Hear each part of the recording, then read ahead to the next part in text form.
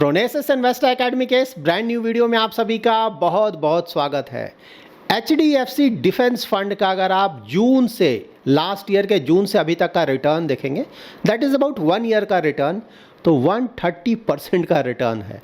जितने भी actively manage sector और थीमेटिक फंड्स हैं उससे ये रिटर्न शायद सबसे ज़्यादा है।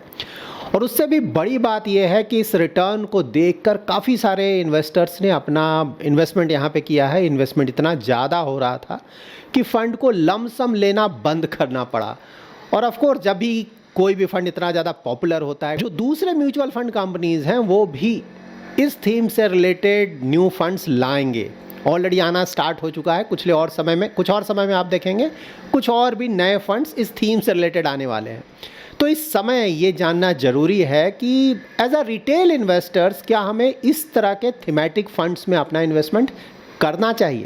डिफेंस फंड को अगर हमें समझना है तो सबसे पहले हमें डिफेंस थीम को समझना होगा। तो वर्ल्ड का लार्जेस्ट आर्म्स इंपोर्टर कौन है?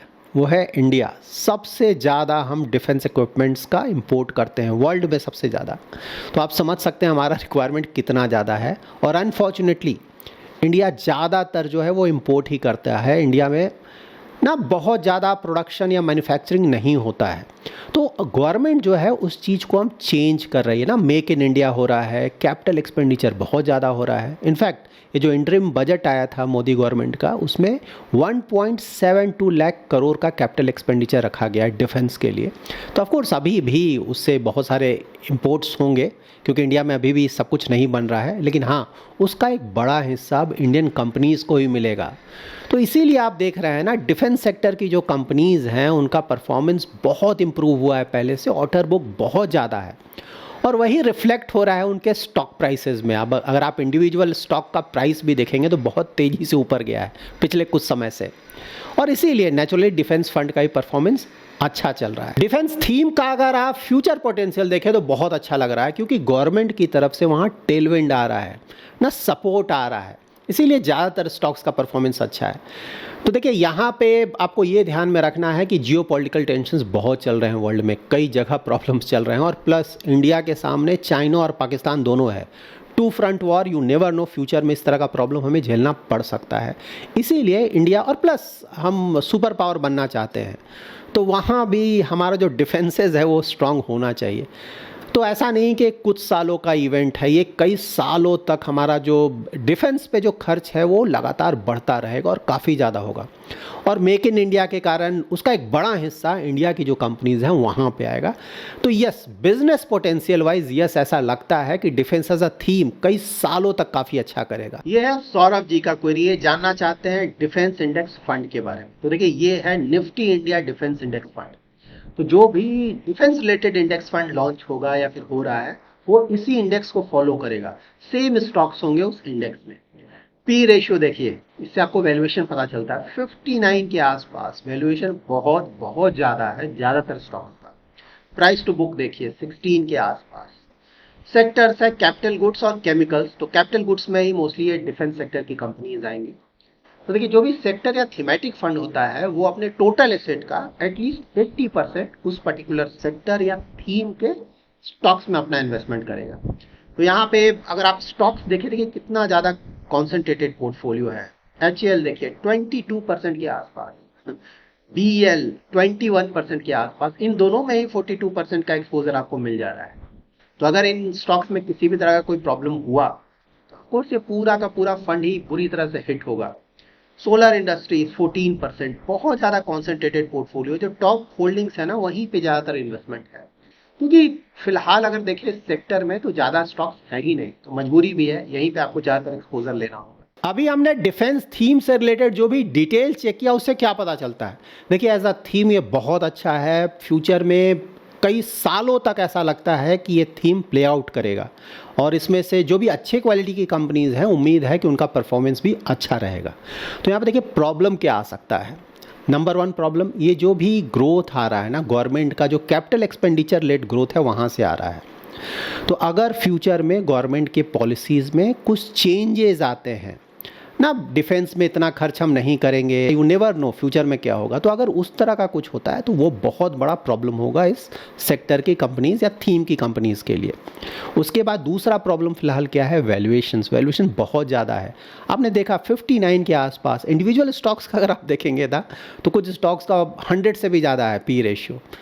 तो ये बहुत बड़ा कंसर्न है। देखिए बिजनेस कितना भी अच्छा चल रहा हो, वैल्यूएशन का एक लिमिट है। अगर उस लिमिट से ज़्यादा क्रॉस कर जाता है वैल्यूएशन तो ऑफ कोर्स, क्योंकि अभी टेलविंड चल रहा है गवर्नमेंट की तरफ से ना, तो कुछ समय तक हो सकता है इसी तरह से ऊपर जाए, लेकिन कभी ना कभी वो जरूर गिरेगा। ऐसा नहीं कि लगातार कई सालों तक इस तरह से ऊपर जाए, कभी ना कभी गिरेगा। बट हाँ, एग्जैक्टली कब गिरेगा, कितना गिरेगा, नोबडी नोज। जब तक नहीं गिरता है तब तक इसका मजा लिया जा सकता है, बट अचानक कब गिर जाएगा, नोबडी नोज। तो इसीलिए अगर आप रिटेल इन्वेस्टर हैं, अननेसेसरी रिस्क नहीं लेना चाहते हैं, तो अच्छा यही होगा कि इस तरह के या फिर किसी भी सेक्टर या थीमेटिक फंड से हमें आइडियली दूर रहना चाहिए। देखिए इसमें जो भी अच्छे क्वालिटी के स्टॉक हैं, तो जो दूसरे डाइवर्सिफाइड फंड्स हैं ना, large cap, mid cap, small cap, वो भी एक्सपोजर लेंगे। ऐसा नहीं कि कोई अच्छा क्वालिटी का स्टॉक है तो वो नहीं खरीदेंगे, कि उन्हें भी रिटर्न्स चाहिए तो खुद से इन्वेस्टमेंट करेंगे, वहाँ से आप एक्सपोजर लें तो ज़्यादा अच्छा है। अगर कोई ऐसा इन्वेस्टर है जिसको बहुत ज़्यादा आइडिया है ना, डिफेंस ऐसा थीम को समझता है, रिस्क बहुत ज़्यादा ले सकता है, तो वहाँ पे अगर वो चाहे तो थोड़ा बहुत एक्सपोजर ले सकता है। लेकिन हाँ, मैं फिर से रिपीट कर दूँ, because of very high valuation ये फ़िलहाल बहुत ज़्यादा रिस्की थीम है। डिफेंस थीम और स्टॉक्स के बारे में अगर आप और डिटेल में जानना चाहते हैं तो ऑलरेडी मैंने एक डिटेल वीडियो पब्लिश किया हुआ है, उसका लिंक मैं डिस्क्रिप्शन में शेयर कर दूंगा। वहाँ पे आपको डिफेंस थीम, रेलवे थीम और साथ ही डिफेंस और रेलवे के कुछ अच्छे क्वालिटी के स्टॉक्स के बारे में अच्छी जानकारी मिलेगी। डिफेंस के बाद अब आपका सेकंड क्वेरी ले लेते हैं। ये सेकंड क्वेरी है रसिक जी का। इन्होंने पूछा है कि क्या डायरेक्टली म्यूचुअल फंड में इन्वेस्ट करना बेस्ट ऑप्शन है। तो मैंने हमेशा ये बात बोला है कि यस, ये बेस्ट ऑप्शन है। अगर कोई डायरेक्टली म्यूचुअल फंड हाउस में जाकर अपना इन्वेस्टमेंट कर दे या उनके वेबसाइट पे ऑनलाइन इन्वेस्टमेंट करे तो ऑफकोर्स वो बेस्ट है, आप डायरेक्टली डील कर रहे हैं। लेकिन हाँ, उसमें सिर्फ एक इशू क्या आता है, ऑपरेशनल इशू आप उसे बोल सकते हैं, कि बहुत सारे आपके पास फंड्स हैं तो अलग अलग म्यूचुअल फंड कंपनी में के वेबसाइट पे जाकर अलग अलग इन्वेस्टमेंट करना होगा। अगर कोई ऐसा कर सकता है तो ऑफकोर्स वो बेस्ट ऑप्शन माना जाएगा, इसमें कहीं कोई डाउट नहीं है। थर्ड क्वेरी है विनीत जी का। ये regular plan to direct plan में कन्वर्ट करना चाहते हैं और जानना चाहते हैं क्या डायरेक्ट प्लान के लिए कोई वेबसाइट है। देखिए बहुत सारे वेबसाइट्स अवेलेबल हैं जहां से आप डायरेक्ट प्लान में अपना इन्वेस्टमेंट कर सकते हैं। डायरेक्ट म्यूचुअल फंड कंपनीज के वेबसाइट से कर सकते हैं, रजिस्ट्रार्स के वेबसाइट से ना, के फिनटेक या फिर कैम्स के वेबसाइट से किया जा सकता है, और बहुत सारे थर्ड पार्टी जो ब्रोकर्स हैं उनके वेबसाइट से भी आप डायरेक्ट प्लान में अपना इन्वेस्टमेंट कर सकते हैं। तो डायरेक्ट प्लान में इन्वेस्टमेंट के लिए बहुत सारे वेबसाइट्स अवेलेबल हैं। अब यहाँ पे सेकंड क्वेरी ये आता है कि रेगुलर प्लान से डायरेक्ट प्लान, देखिए रेगुलर प्लान से डायरेक्ट प्लान में ट्रांसफ़र करना बेचने और ख़रीदने जैसा है, ये सिंपल नहीं है, ठीक है। बिल्कुल आप उसे बोलते हैं स्विच ना, regular plan to direct plan, तो आप स्विच कर सकते हैं। लेकिन जब भी आप स्विच करेंगे तो अगर उस फंड में एग्जिट लोड एप्लीकेबल है तो एग्जिट लोड लगेगा और साथ ही टैक्सेशन भी एप्लीकेबल होगा। 1 साल से पहले बेचेंगे तो शॉर्ट टर्म कैपिटल गेंस और 1 साल के बाद बेचेंगे तो लॉन्ग टर्म कैपिटल गेंस, तो इसको भी आपको ध्यान में रखना चाहिए ना। रेगुलर प्लान में ऑफकोर्स सही बात है कि एक्सपेंस रेशियो थोड़ा ज़्यादा होता है, इसलिए रिटर्न्स थोड़े कम आएंगे, जबकि डायरेक्ट प्लान में एक्सपेंस रेशियो थोड़ा कम होता है तो वहाँ पर रिटर्न्स आपके थोड़े ज़्यादा आएंगे। लेकिन हाँ, अगर आप किसी का हेल्प लेकर इन्वेस्टमेंट कर रहे हैं और रेगुलर प्लान में इन्वेस्टमेंट कर रहे हैं तो वहाँ पे प्रॉब्लम नहीं है।